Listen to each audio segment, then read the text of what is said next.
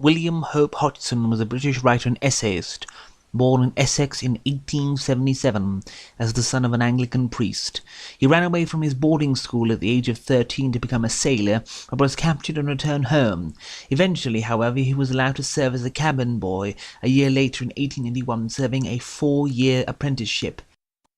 In 1895, upon completing his apprenticeship, he moved to study at Liverpool. However, after getting his degree, he returned to work as a sailor. In 1889, after suffering excessive bullying at sea, he opened a school of physical culture, having become someone renowned as a bodybuilder. He built up his physical strength to the point where he challenged Harry Houdini, tying him so tightly that it was a very difficult time for Houdini to escape. A contemporary newspaper described how Hodgson restrained Houdini in the following manner. Getting Houdini to kneel down, he passed the chain of a pair of heavy leg irons through the chains which bound the arms together at the back. These were fixed to the ankles, and after a second pair had been added, both were locked, and Houdini now seemed absolutely helpless. Houdini had to be propped up after he fell over, a request which Hodgson initially denied, and the audience seemed to dislike Hodgson's lack of sportsmanship in the affair overall, but Houdini did eventually manage to escape with torn clothes and bleeding from his arms. Hodgson moved to Borford, North Wales in 1904 and began publishing the same year. A few years later he published his first novel, Boats of the Glencarrig, followed by House on the Borderland, and finally in 1909 The Ghost Pirates.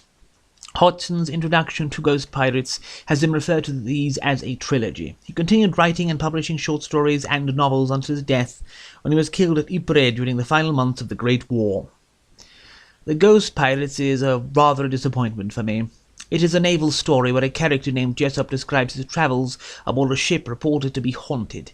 The issue is that the book is both fairly repetitive in its set pieces, while at the same time also being strangely reluctant to properly do much genre-related weird fiction activities. Throughout the novel, Jessup and some other members of the crew glimpse indistinct see-through shadow people stepping onto the boat from the sea.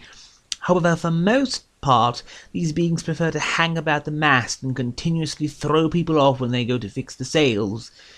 There are multiple scenes of people going up to fix the sails, a fight with something invisible occurring, and then someone, or usually several someones, either disappears for good and is never seen again, or gets smashed up after being thrown down to the deck.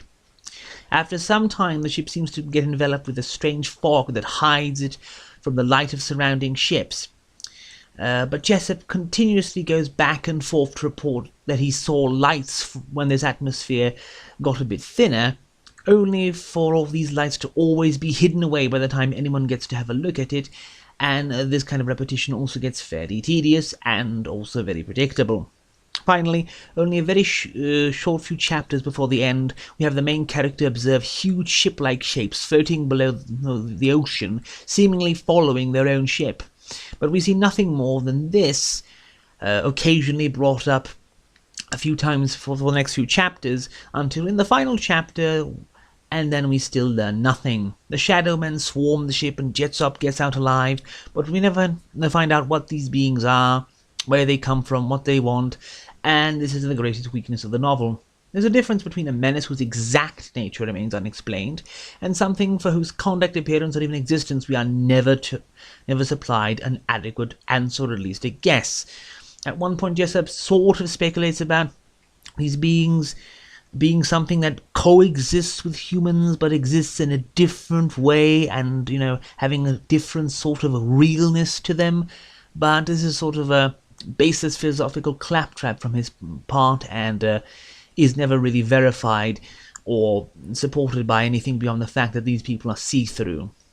I personally could not really much care for these so-called ghost pirates, who are never referred to in this way in the actual book, since they only get glimpsed for a few moments indistinctly and then are gone for several chapters while the sailors just grumble below deck after someone gets killed.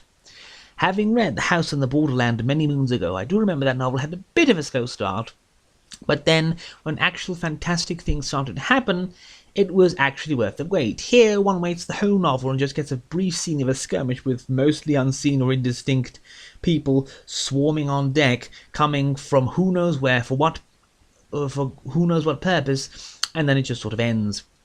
I especially would find this disappointing had I picked up the 1981 paperback edition with a very misleading and very promising looking title.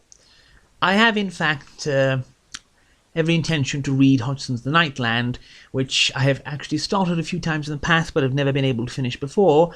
However, its sheer imagination and the description of its first couple of chapters does lend me to believe that overall it has to be better than this.